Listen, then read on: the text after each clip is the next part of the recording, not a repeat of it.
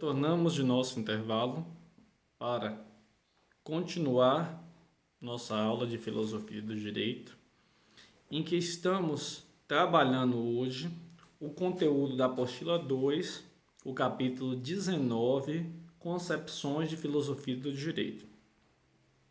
Na primeira parte da nossa aula, tratamos da concepção da filosofia do direito de acordo com 4 autores: Norberto Bobbio, Atienza, Wig e Kuchera.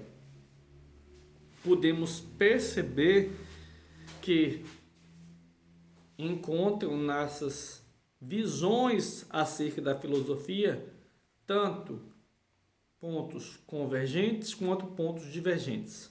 Bobbio entendia a filosofia do direito como método, Atienza como uma filosofia aplicada. Wig entendia que a filosofia do direito, diferentemente da concepção de Bobbio e de Atienza, partiria de uma investigação básica. E Kuchera complementava, ou seja, a visão de Atienza concebendo a filosofia do direito como uma filosofia prática, que partia de uma noção geral e seria aplicada em um contexto particular. Então, não teria aquela concepção geral e seria realizado um recorte jurídico. Seria realizado esse recorte e aplicado em um contexto particular. Destaquei também no primeiro bloco da nossa aula que nenhuma dessas concepções está incorreta. Que na filosofia é essencial esse debate, esse questionamento e não aceitar de pronto concepções, ideias. A crítica, o debate é que leva à sabedoria, ao progresso da humanidade. Então, seria essencial, principalmente nós, operadores do direito, realizarmos essa reflexão, este questionamento. Será que aquele posicionamento do autor está incorreto? Será que eu não poderia acrescentar nada? Será que eu conceber a filosofia do direito apenas como teoria do direito, teoria da ciência jurídica e teoria da justiça está correto? É necessário analisar também a história do direito. A filosofia do direito, ela permite que eu alcance todas as respostas. Nenhuma outra ciência contribuiria para a resolução dos problemas. A filosofia do direito, ela estaria relacionada. A filosofia do direito, ela conversa, ela relaciona-se com outras disciplinas. Nós temos como exemplo a hermenêutica jurídica, que será trabalhada com vocês, essa disciplina, no 4º semestre, algumas turmas a partir do 3º semestre. Isso varia de acordo com o semestre. Temos também que como complemento da filosofia jurídica, a sociologia jurídica, a psicologia jurídica. A história do direito tem sua relevância, mas não podemos limitar a filosofia do direito como observamos a leitura atenta do conteúdo trabalhado ao sinônimo da teoria geral do direito. São coisas distintas. A teoria é a base necessária para o conhecimento da teoria, mas a filosofia do direito é a reflexão das regras, é a aplicação de métodos para a resolução dos conflitos. Não existe uma teoria, uma ciência que determine com precisão o que é e o que deva ser a filosofia do direito. Tanto que o autor Molines define que a filosofia do direito é um caixão que contém toda classe de teses, sistemas, argumentos, concepções do mundo, métodos, resultados, trabalhos e fracassos. Ela tanto apresenta avanços quanto limitações nessa busca incessante pelo conhecimento. Não podemos trancá-las numa caixa e simplesmente limitar. Isso é filosofia do direito. A filosofia do direito não concebe essa ideia, não admite essa ideia. A livre expressão do pensamento é essencial na sociedade. Então, foi concebida uma perspectiva na aula da visão de Norberto Bobbio, de Atienza, de Willig e de Kuchera. Irei pontuar mais algumas questões acerca da filosofia do direito que não trabalhamos na primeira aula e realizar com vocês também algumas questões de filosofia do direito que são cobradas em concursos públicos, exame de ordem, que a função da nossa aula não é apenas trabalhar o conteúdo, mas eu entendo que também seja preparar o aluno para a vida prática, como ele será cobrado esse conteúdo quando ele realizar o exame de ordem, a primeira fase do exame de ordem. Quando ele se deparar com aquele conteúdo, numa cobrança de um processo seletivo, um vestibular, um concurso, aquele conteúdo tem que ter significado para o aluno, não somente ser transmitido e depois não ter um significado para o aluno que o motive a aprofundar o conhecimento naquela teoria, naquela ciência, naquela área do saber. Então, eu espero que vocês estejam gostando do método adotado pelo seu professor para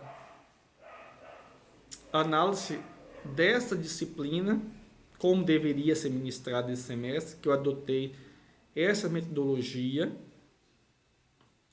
videoaulas divididas em blocos, de modo que seria muito cansativo para vocês uma aula extensa, então eu faço um intervalinho entre uma aula e outra, gravo videoaulas para que vocês possam assistir no momento que seja mais conveniente. Tem um material de apoio que não substitui, a videoaula não substitui o material de apoio é mais completo. A videoaula seria uma síntese do nosso material de apoio. Também disponibilizo os slides da videoaula, que são tópicos relevantes acerca do conteúdo.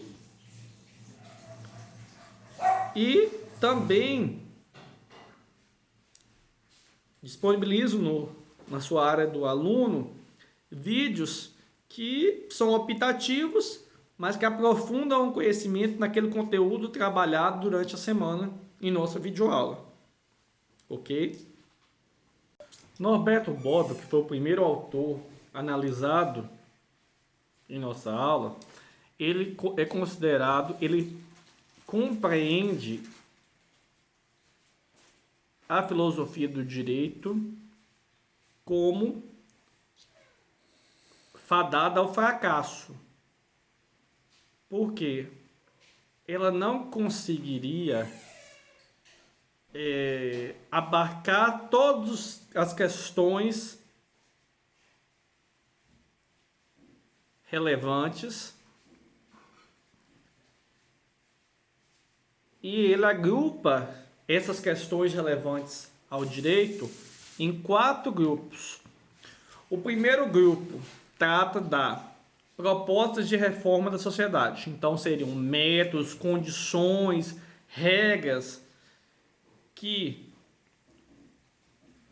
condicionariam a sociedade para a liberdade, a justiça e o bem-estar. Já o segundo grupo estabeleceria noções gerais, analisaria e definiria noções gerais do direito.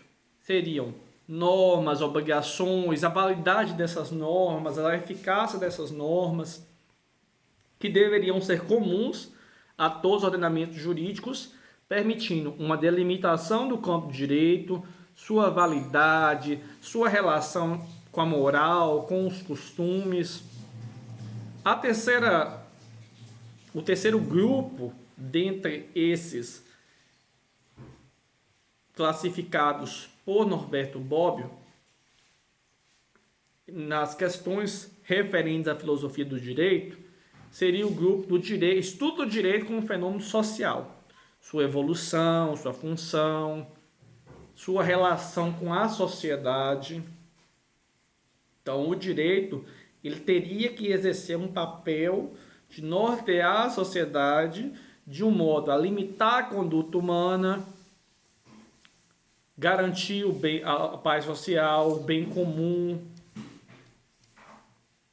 a justiça. Então, é um fenômeno social que evolui juntamente à sociedade. Se a sociedade ela passa constantemente por mudanças, o direito também deveria acompanhar essas mudanças. Tem um valor que talvez fosse tutelado hoje, que fosse entendido hoje como essencial, que fosse entendido hoje uma determinada conduta como uma conduta que estivesse fora dos padrões das normas jurídicas e seria objeto de sanção, talvez daqui 10, 20, 50 anos não tivesse mais fosse aplicado nenhuma sanção, fosse tida como natural. O direito é dinâmico.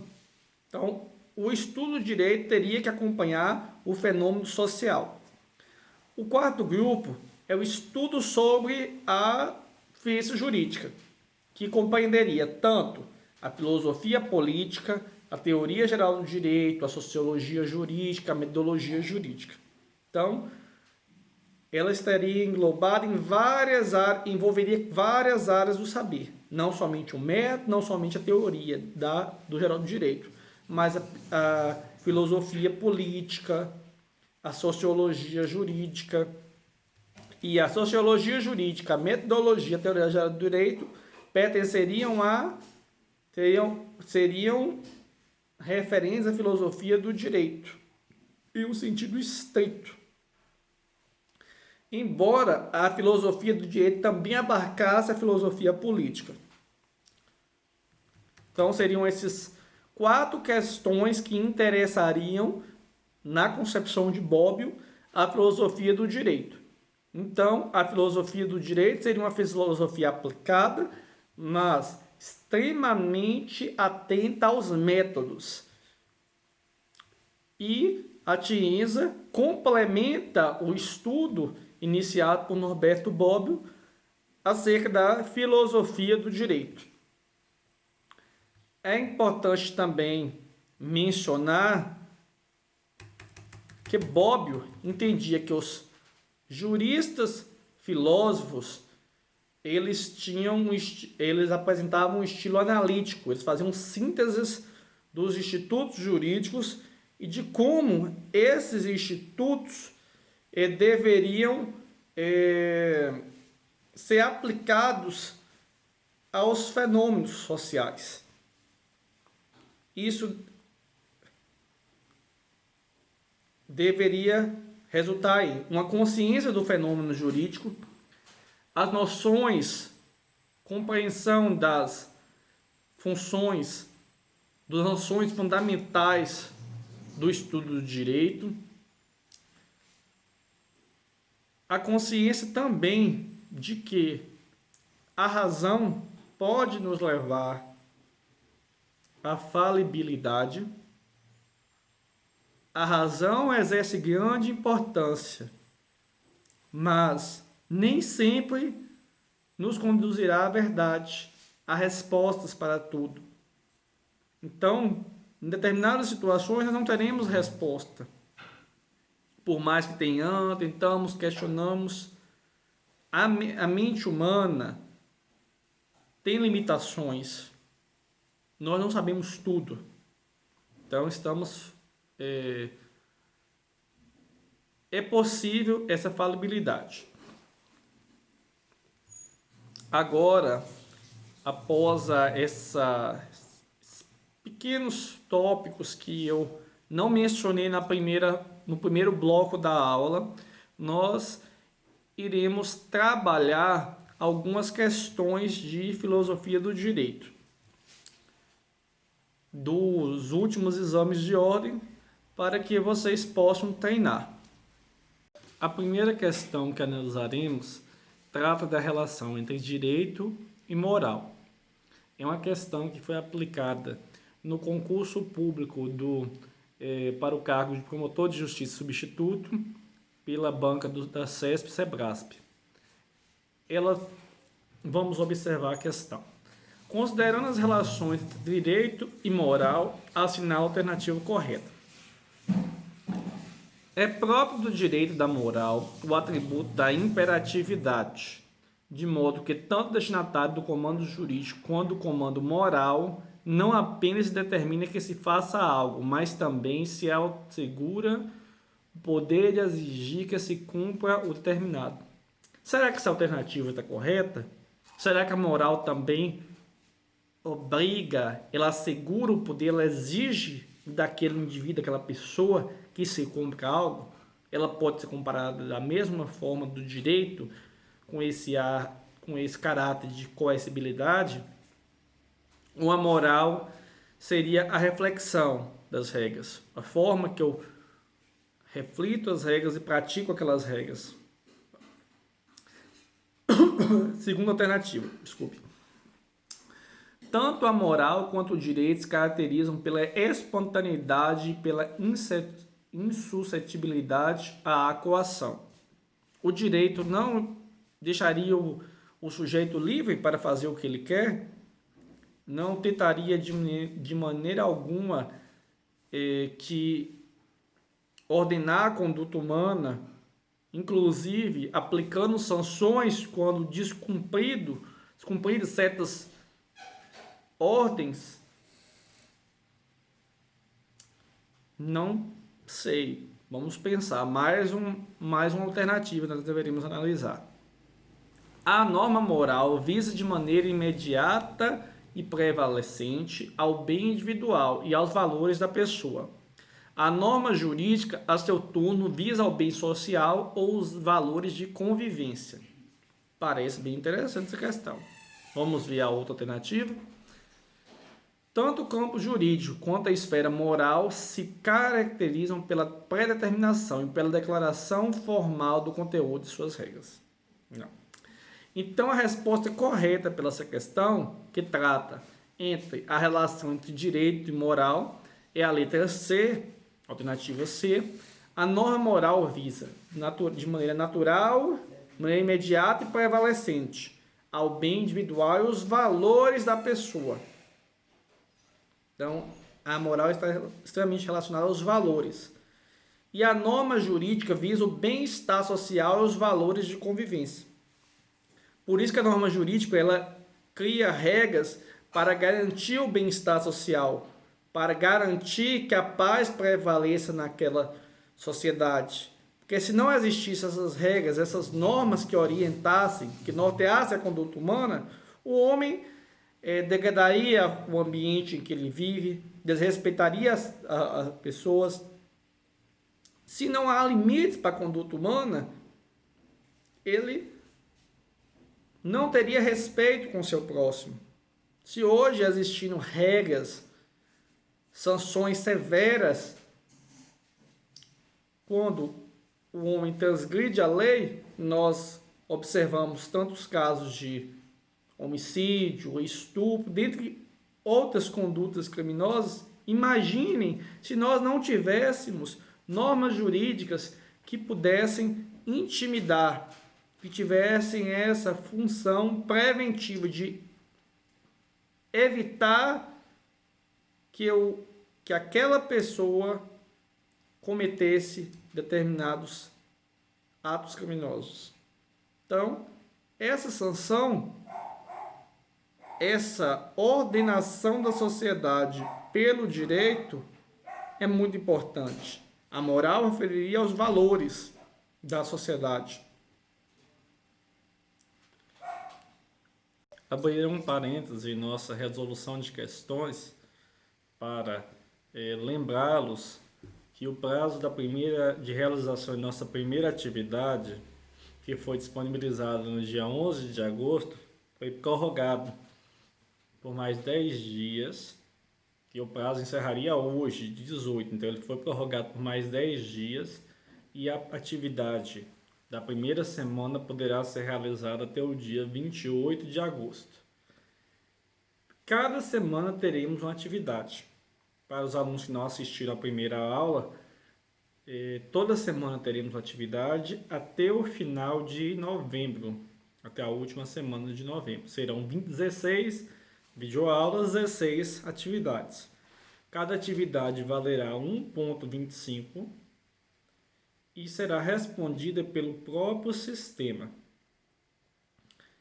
Eu recebi algumas mensagens ao longo da semana dos alunos que estavam com dúvida acerca da realização da atividade. Professor, eu devo realizar a atividade em um caderno, eu devo mandar por e-mail, eu devo mandar pelo WhatsApp, como eu devo fazer? Não. A nossa atividade ela será respondida pela plataforma FACIC Interativa. Os alunos da FACIC também estão assistindo essa videoaula, então aos alunos da FACIC será respondida pela FACIC Interativa na aba questionário da sua disciplina de Filosofia do Direito. Os alunos da FACIC realizarão da mesma forma, eles irão à sua disciplina de Filosofia do Direito, da área do aluno da FACIC, e clicarão em questionário, aí terá o questionário com 3 questões. As questões, elas são discursivas. Então, o aluno deverá discorrer acerca do tema, das perguntas que eu elenquei, que eu entendi serem mais importantes do conteúdo trabalhado naquela semana. Não há um limite de linhas. Alguns professores estão estabelecendo um limite de 5 linhas para cada resposta. Eu entendo que não seria cabível um limite de linhas. Só peço a vocês objetividade, sejam sucintos em suas respostas, pois o professor tem muitas atividades para corrigir, então cada resposta responda de forma breve. Não se alongue muito na resposta. Também é importante mencionar que nesse semestre modificamos a forma de avaliação, que antes tínhamos aquela ideia de avaliação trabalhos P1, trabalhos P2. Nesse semestre, a avaliação é a cada semana. Cada semana temos uma atividade avaliativa que deverá ser entregue no prazo de 8 dias, 7 dias a partir da aula. Então, eu vou disponibilizar a segunda atividade hoje. E ela deverá ser entregue no dia 25 de agosto. Somente a primeira atividade, que foi prorrogada por mais 10 dias, que seria entregue hoje, e foi prorrogada para o dia 28 de agosto, que os alunos estão se adequando a essa metodologia, alguns estão com dificuldade, então decidimos prorrogar esse prazo. A coordenação pedagógica orientou os professores que prorrogassem por mais 10 dias a entrega da primeira atividade. Correto? Qualquer dúvida que vocês tenham, eu estou à disposição. Vocês podem mandar mensagem no meu WhatsApp. Talvez eu não responda na hora, mas depois eu responderei. O meu e-mail, que é rubensvieiradev@gmail.com. Podem encaminhar suas dúvidas. Ou pela própria plataforma FACIC Interativa, tirando dúvidas, que eu responderei também. Continuaremos agora a nossa análise de questões. A questão que analisaremos foi aplicada em um concurso para defensor público pela Fundação Carlos Chagas e trata da análise dos fenômenos jurídicos. Essa questão tá da teoria pura do direito de Hans Kelsen. Hans Kelsen, em sua teoria pura do direito, define como um elemento primordial para a análise científica do fenômeno jurídico o poder coercitivo. Quem teve a oportunidade de ler essa obra de Hans Kelsen sabe que não seria isso. Os fatos sociais, podemos analisar os valores ou as normas. A resposta correta para essa questão, acredito que vocês já estejam entre os fatos, em três alternativas: fatos sociais, valores e normas. Kelsen, na teoria do direito, seria uma teoria jurídica que mostra o direito como um sistema de normas válidas. E esse sistema teria como objeto tanto normas gerais quanto normas individuais. E ele considera fato apenas à medida que elas sejam de um modo ou de outro determinado pelas normas. Então, o foco primordial da teoria do direito, da análise do fenômeno jurídico, seriam as normas. Entenderam? É uma questão que foi aplicada e que pode ser alvo de exame de ordem. Então é muito importante que, além do conteúdo que nós estudamos na aula, nós possamos treinar questões relacionadas com o tema, tanto no âmbito de concursos quanto no de exame de ordens. Agora trabalharemos uma outra questão sobre o tema filosofia, acerca das concepções iniciais da filosofia do direito. Essa questão fala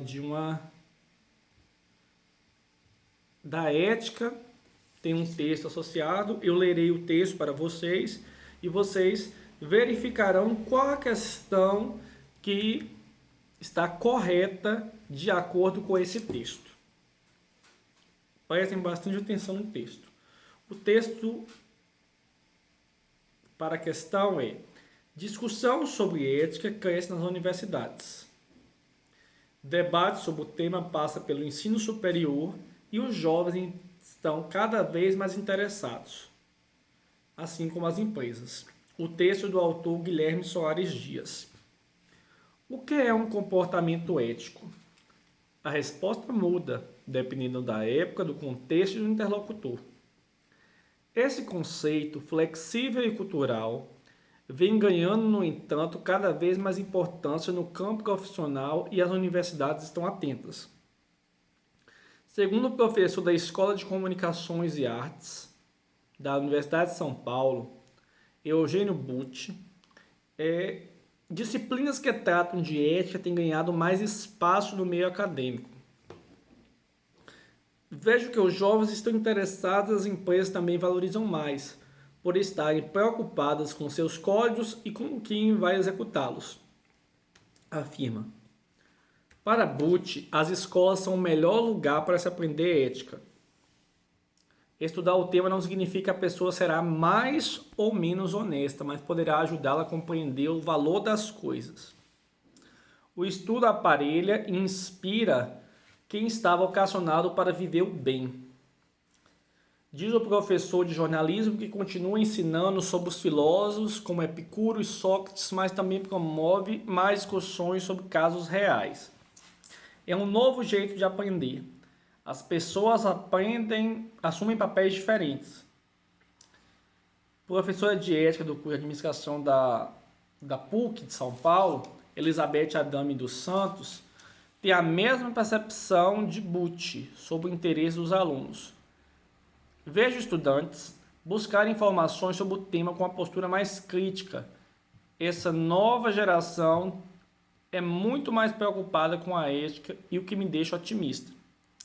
Carlos Alberto de Franco, diretor do Departamento de Comunicação do Instituto Internacional de Ciências Sociais, acredita que uma boa bagagem cultural ajuda a ter nos dilemas éticos mais recentes, como aqueles relacionados ao ambiente digital.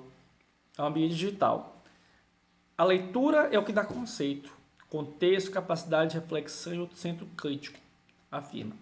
O desafio da academia, de acordo com ele, é dosar discussão, prática e teoria para não enfraquecer a formação nem ficar afastado dos novos problemas do mercado. Esse texto ele trata da importância da ética, que ela vem ganhando espaço nos ambientes universitários. E as empresas também estão mais preocupadas em estimular comportamentos éticos de seus colaboradores. Não significa que a pessoa não cometerá erros, não será desonesta. A ética iria transformar totalmente, não teríamos erro, as pessoas não errariam, as pessoas não agiriam em desacordo com os preceitos éticos, mas que elas refletiriam e compreenderiam melhor o valor das coisas, de um modo que pudessem viver melhor. Esse texto é um texto base para a questão que trata da relação entre ética e moral. A questão foi aplicada pela Secretaria de Educação do Estado de Goiás. Ela trata a respeito da ética moral na alternativa correta. Primeira alternativa. A ética e a moral estão estritamente relacionadas e se confundem. Vocês concordam com essa assertiva? Será que a ética e a moral elas não têm nenhuma distinção que eu possa conceber? Isto é ética e isto é a moral. Ela apresenta tantos aspectos em comum que ocasionariam confusão do intérprete. Ele não conseguiria distinguir uma da outra. Segunda alternativa, o estudo da ética e da moral desvincula-se das condutas que são consideradas como corretas e justas. Será que essa alternativa seria a correta? A ética não determinaria um comportamento esperado do homem? E a moral não refletiria as regras, as normas, as diretrizes instituídas pela ética?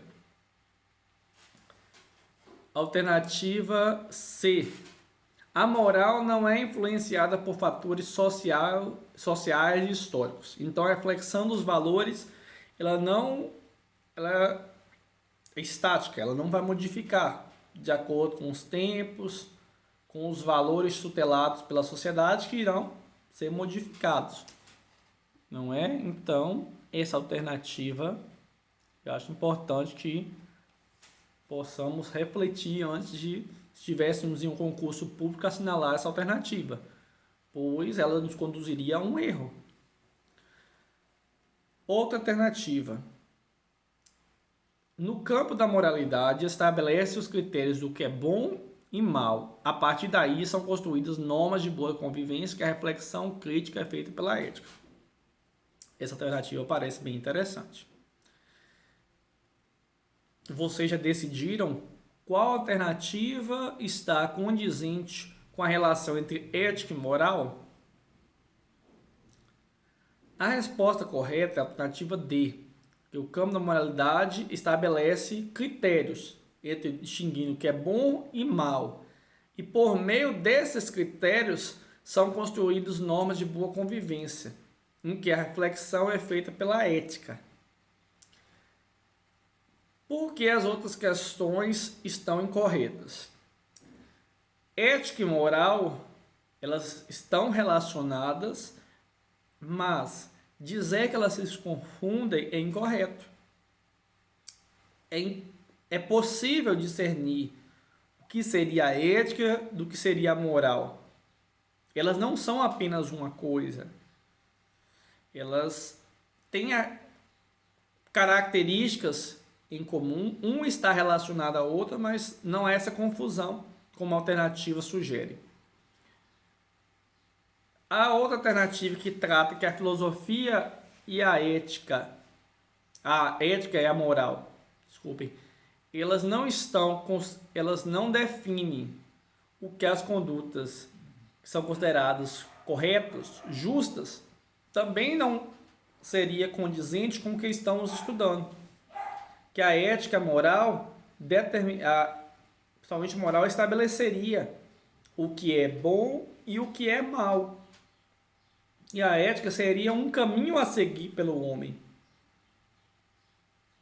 Definiria as diretrizes que o homem deveria seguir. E a importância na ética para que o homem compreendesse, não que ele deixasse de, como eu falei anteriormente, de errar, mas ele compreendesse o valor das coisas e contribuísse para a melhoria da qualidade social, das relações sociais.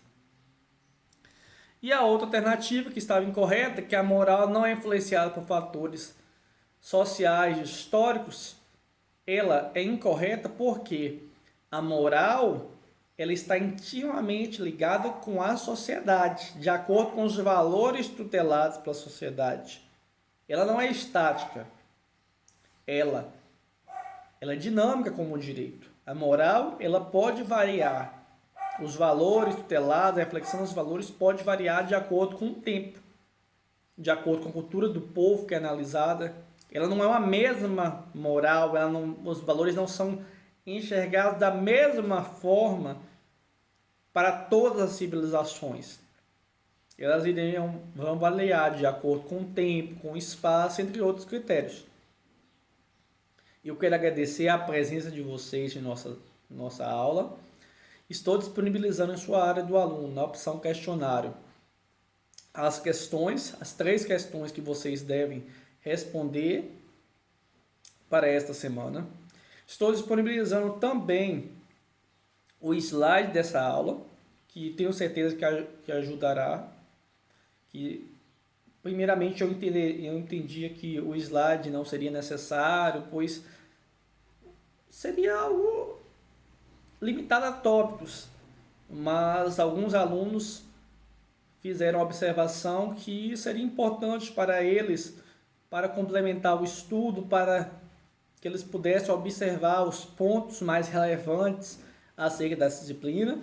Então, eu estou disponibilizando também essa semana o slide. Então, toda semana eu estou disponibilizando na videoaula o slide da aula ministrada e também a nossa atividade discursiva, que vocês terão uma semana para responder. Então, eu estou publicando hoje, dia 18. Vocês devem responder essa atividade até o dia 25 de agosto, pela própria plataforma. Eu não aceito respostas por e-mail, por mensagem. Então, esse prazo não será prorrogado, então fiquem atentos aos prazos. Se tiverem dúvidas, recorram ao seu professor. O professor está à disposição de vocês. Como eu disse, talvez eu não consiga responder naquele momento que vocês enviam a mensagem, mas assim que for possível eu vou responder, darei esse retorno sobre a dúvida que vocês demonstraram na análise do conteúdo ou no momento de interpretação da atividade proposta. Então, não hesitem em procurar quando precisarem. Tá? Eu desejo um excelente dia para vocês, uma excelente semana, que todos fiquem bem. Até logo.